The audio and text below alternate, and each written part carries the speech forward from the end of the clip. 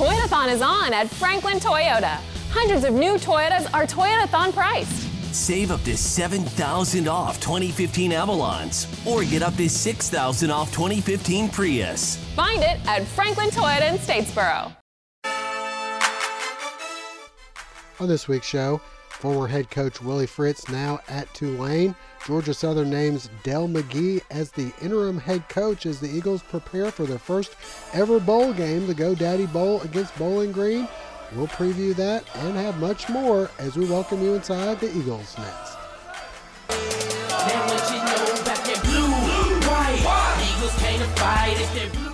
And welcome inside the Eagles Nest. I'm your host, Josh Aubrey, being joined by the veteran left-hander out of the bullpen.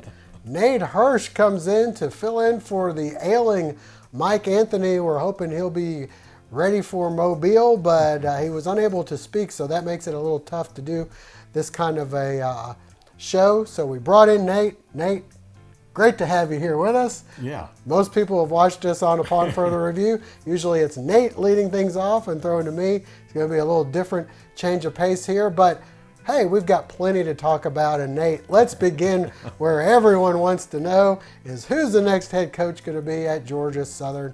Nate, who's it going to be? Let's name it right now. Okay, Make it simple. And we'll put it under here. We understand negotiations are going on as we speak. Final negotiations. You know, again, it's ironic. You just talked to me about deja vu. Did we go through this 2 years ago with Brent Pry? Yes. Where he was the candidate. There was no other candidate, it seemed like. We had people like Ivan Jasper who Right. people were saying, and it's ironic because it's a lot of the same thing going on this time. Are we going after guys that might be out of our price range? Is Brent Pry out of our price range? Are we trying to get him down so we can afford him? And then there's people like Jamie Chadwells, whose name was brought up before, and maybe a Brian Bohannon and some other names. And then all of a sudden, last time around, it was Brent Pry. Hello, Willie Fritz. Could we be seeing something like that, Nate? I don't think so. Okay. I don't think so. I don't mean him. Well, we know he's got a job. We know that he's into New Orleans now. I do think that this is a different scenario. Before there was Brent Pry, and then we brought in the 5 finalists to interview. Right. If we are to believe what all the speculation has been, and everybody is speculating unless you're on the inside and you know for sure. And I have to give credit to our athletic director, Tom Kleinlein, for doing the right way here, where he really hasn't let it out. So what he's done this time is not have as many people involved. As we taped this show, it's reported that Jim Grobe, the former head coach from Wake Forest, there's a connection obviously with our athletic director, who's been elsewhere as a head coach, and most recently I've seen him on TV doing color on, in fact, did one of our games earlier this year from Paulson Stadium. Yep. So it has helped with the search. So I think this has been a little different, where we've defined who are maybe 3 candidates, maybe not 5 candidates. Maybe we've decided to narrow this down. I think this is a much more awkward situation. Holidays, bowl game. Last time it happened right after Christmas. Well, it was right before Christmas that Jeff Monken took the job at Army. And so Tom Kleinlein took a deep breath and I guess held us waiting for a couple of weeks, really, into January. And I know that in a perfect world, we'd have had a coach by, as we tape, the end of this week. But that apparently is not happening unless we get an announcement that'll cause us to retape a show, right? Well, I guess the big thing is that there's a dead period right now, so technically you're not losing or gaining any recruits. You might be losing them in that they may decommit. I know there have been a couple, but it hasn't been a lot of people, and who knows if those kids will come back once the real head coach and staff is named. I know that plays into being able to wait a little bit. I would imagine that they would like to have somebody named by the bowl game because you've got a national audience on ESPN that's going to be watching, and you have a prime time there to be able to show him off like the dog shows, and and say, here's our head coach, and get him interviewed on ESPN before a national audience. I would think that would be a big thing you would try to have done, and then maybe you have the press conference the next week. I think that's certainly a very, very good possibility. The thinking, I think, of naming one maybe quickly was, do you even upset the apple cart more with more distractions this week as the team gets ready for the bowl game? I think sometimes we got to give the athletes and the players here a little credit. They're pretty resilient, okay? And I know you're going to show some highlights of practice and some interviews. You know, you were able to observe, you know, are we to think, you know, the other coaches are still there. They're putting in a game plan. I don't know that we're going to drastically change everything we're doing in 1 week, because I really was, I guess, a little misled where I thought you got to practice more for a bowl game, but no, we're only practicing 3 days in Statesboro and 3 days in Mobile for this game. That's right. It is a little strange because you think, oh, well, they're out of school. Why not practice as much as you can? But there are limitations.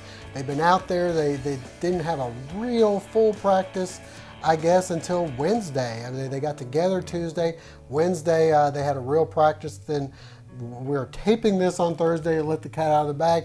But, you know, the weather, they were afraid of how things would go. It looks like they might could get some practice in. And then Friday, then they're gone on Saturday. So you're right. It's pretty quick turnaround and not a lot of days of actual practice for the teams. You mentioned we had a chance to catch up with the players and Coach Del McGee prior to them leaving.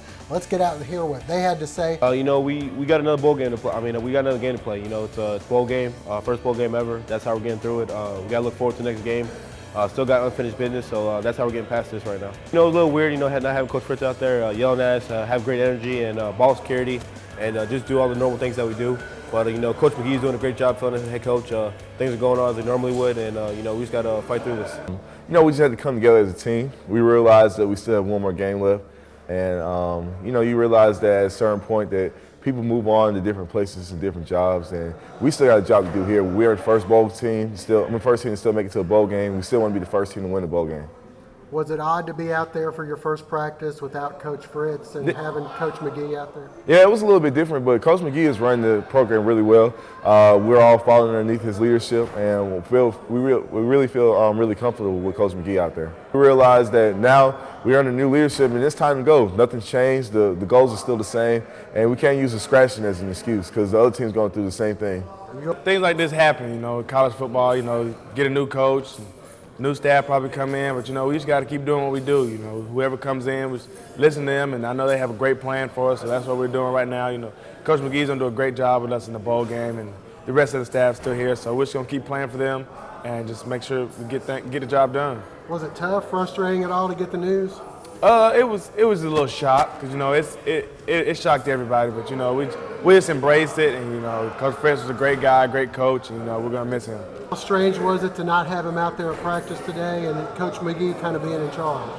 You know, it's not too weird. You know, we just kept pushing on. You know, Coach McGee's a great coach. He's a great guy. He's a player's coach. You know, he gets along with all his players. You know, it's been a lot more relaxed since he's out there, you know, and we just got a great coach out there. And you're always surprised when a coach leaves like that, especially you're at home and not here in Statesboro, but you know, we've done a great job of putting it behind us and moving on. I'm happy for Coach Fritz, excited for him and his family, great opportunity for him. So, but we're excited to get ready for this bowl game with Coach McGee leading us. How strange was it to be at practice today and not have Coach Fritz out there and Coach McGee leading things up? Yeah, you know, it wasn't a whole lot different because, you know, we got our coordinators kind of split up and do their own thing. You know, Coach Roos leading the offense, Coach Curtis doing the defense, and normally when Coach Fritz is here, he's just kind of back and forth walking around, and so it's not a whole lot different. You know, the coordinator's doing a great job of getting us prepared, so, you know, it's a little different not having him around and being able to talk to him, but Coach McGee's doing an excellent job and got us really rallied around and ready to go. You got a chance to be on the field with the team as the head coach. How do you feel like things went? It went well. I had a short practice last evening. That went well, kind of getting acclimated at the Bowling Green, just installing our first parts of the game plan. And today we tried to tax them a little bit as far as their effort and trying to get our conditioning back to game-ready shape. So I thought the kids responded well and showed a lot of enthusiasm. And we got a long way to go, but feel like we're on the right step. Can you get a gauge of how focused they are right now on the task at hand and how distracted they might be about the future? When we were on the field, I thought they were locked in and assignments were pretty clean. Of course, we just got to continue to get better as the week progresses. Well, Nate, among the interviews we did, one of the guys was Matt Breida. Now, when I was at practice, Matt Breida was not taking snaps. He did go through some workouts, but he did not take snaps. Wesley Fields still seems a little banged up. Jay Ellison did not practice, was not even dressed for the practice. That's a big loss if he doesn't play. Del McGee mentioned that, yeah, some of these guys aren't looking really good right now. How severe does that hurt you to not have a healthy Matt Breida or Wesley Fields? Basically, you have L.A. Ramsby and Kevin Ellison at that point. Well, the only thing I could compare it to, and this is part of your time at Georgia Southern. I know where you're going. All right. Adrian Peterson had the turf toe, right? He was, I think, in fact, Paul Johnson was carrying him around. Yep. He's on crutches. Right? Yeah. And we were getting ready to play up in Chattanooga, and he miraculously didn't practice at all the week of the game, but come game time, that's when the run occurred. So, in the back of my mind, I'm hoping that Matt Breida has almost a week here. He's had think about it, if he got hurt on December the 5th. That's right. So technically, he'll have over 2 weeks to heal. If we don't have a healthy Matt Breida and a not fully healthy Wesley Fields, we will have had to have found somebody else who did not play much at all throughout the season. Chad Thornton, I guess, would be one of the guys right that we all wondered where he was in the Georgia State game. He never made an appearance. And it's not like we have the option, no pun intended, of, okay, well, we can't run, let's throw.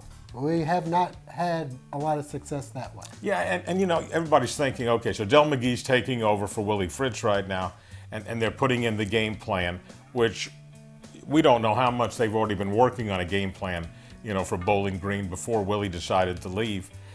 Certainly the assistant coaches are breaking down video. Once we were made aware it was Bowling Green, you can be sure both schools got every game on tape for this year. So they break all that stuff down and you try to look at Bowling Green's defense. And we certainly had a chance to look at Bowling Green against Northern Illinois when they had that game televised. And Bowling Green was just able to jump on them. And again, with their passing game. Now, they do have a running game also, though. Yeah, it's kind of, you know, pick your poison with them. I mean, you hear so much about their quarterback and what he's been able to accomplish through the air, but they have a 1,000-yard rusher, an 800-yard rusher, 500-yard rusher. They have, I believe, 3 or 4 600 to 700-yard receivers. It's not like there's just one guy that they're going to, which would concern you a bit. Another thing that I've had people talk to me about is, you know, well, are these really good athletes, or are these like these typical northern schools that come down and we see and they're not really that fast? There's a lot of Florida speed on this team, and to me, that can make all the difference. Not to say that it's a mountain they can't climb, but Bowling Green has weapons. No, and I think that the obvious story here is the Georgia Southern defense, which for so much of this season played fantastic football. Yep. I mean, I think you and I have agreed on that throughout the year. That was the big disappointment, certainly in the second half of the Georgia State football game. Well, they were on the field a lot. See, that right. To me, that's what makes it tough is you're right. Their defense has played really well, but there's a lot of times where the offense goes 3 and out, and the defense is on the field so much, they're going to break down eventually. I think that's what you're on. And that starts with game 1 of the season at West Virginia, where you don't get any time to get off the field. So that, as you start to look at this game, is going to be one of the key points. Bowling Green wants to play speed-up football. You know, they hurry to the line of scrimmage, try to get the play off in under 20 seconds, I think is pretty much the no-huddle stuff. And again, if they're completing quick passes, they huddle back to the line of scrimmage. So it's a case of, can our defense, you know, I don't know that you're going to stop them from scoring. It's kind of contain them. That's right. From scoring and Georgia Southern on the other side of the coin goes back to running Georgia Southern football. And when I do mean running Georgia Southern football, where we have controlled the clock. Long, sustained drives. I believe that happened a lot in the Georgia game. The best defense sometimes is your offense staying on the field. They did that to Troy. Troy, ironically enough, was a team we heard about coming in, that they're tempo, and on that first drive, they marched down the field, only got a field goal, and then Georgia Southern's defense kind of caught up. Hopefully that'll be some of that same thing, and the offense can eat up some clock. We've got plenty of time between now and then to break things down more. We'll both be in Mobile, along with Mike Anthony, hopefully being able to talk. We're going to have some shows from down there, and of course the game, wrapping things up there on the 23rd that night, and we'll have highlights and everything from Mobile. Before we go, we got to mention a little bit about basketball. We know how in you are with the basketball. In fact, you were there Thursday afternoon for the brunch with the Eagles, the women's team in action. The guys played Duke the other night. Your thoughts on where the basketball teams are real quick? Well, I think the women's basketball team had their 3-game winning streak come to an end. It was a good Robert Morris team. Lady Eagles fell behind really in the second quarter, got out rebounded badly, I think, as far as it was almost a reminder of what happened to the guys against Duke, but too many second shots for Robert Morris, and they ended up losing by 15. The Lady Eagles will go down to Florida this weekend to play in Stetson's tournament. They'll play Stetson, and Stetson has actually been to the NCAA tournament the last couple of years from their league, so they've done quite well. And they'll play Stetson and they'll play Bethune-Cookman. Hopefully get a split on that. How are you going to go home? You can video for us. Right there down the road from you. I know. I got Mobile on my mind. Right. But meanwhile, Mark Byington's guys, who we knew what was going to happen at Duke. I've seen this so often. Yep. We played competitive in the first half, and it was a reasonably close game, although I had several people tell me Ike Smith cannot be taking 35-foot shots. But he did. And the second half, it got out of hand. We were 0 for 4 from the free throw line. And they had 32. Yeah, something. Yeah. So, but that's going, I still say, if you get a chance to play Duke, you got it. You go play. I'd love to see this group of seniors get a chance to play Duke. That probably won't happen. So, meanwhile, the guys, though, have 2 home games, and I just got to watch Winthrop play Alabama on Wednesday night, and they look pretty good. Got a little guard who's about 5'7", who leads them in scoring, and they had a similar game where they were right in there leading Alabama and up there, and then had to get away in the last 10 minutes of their game. So the Winthrop game is Saturday at 4, and then the following Tuesday, the 22nd, Stetson comes in. Stetson, who Georgia Southern beat last year in DeLand. Needless to say, the guys would hopefully. Well, they need to win both games because after that, we start conference play the last weekend in December. And I think that's important for Georgia Southern in so many regards over the next couple games is also to get some kind of a semblance of a rotation, because once you get into conference play, you don't want to be doing as many experiments as you are at this point, because then it can really hurt you if things don't go well.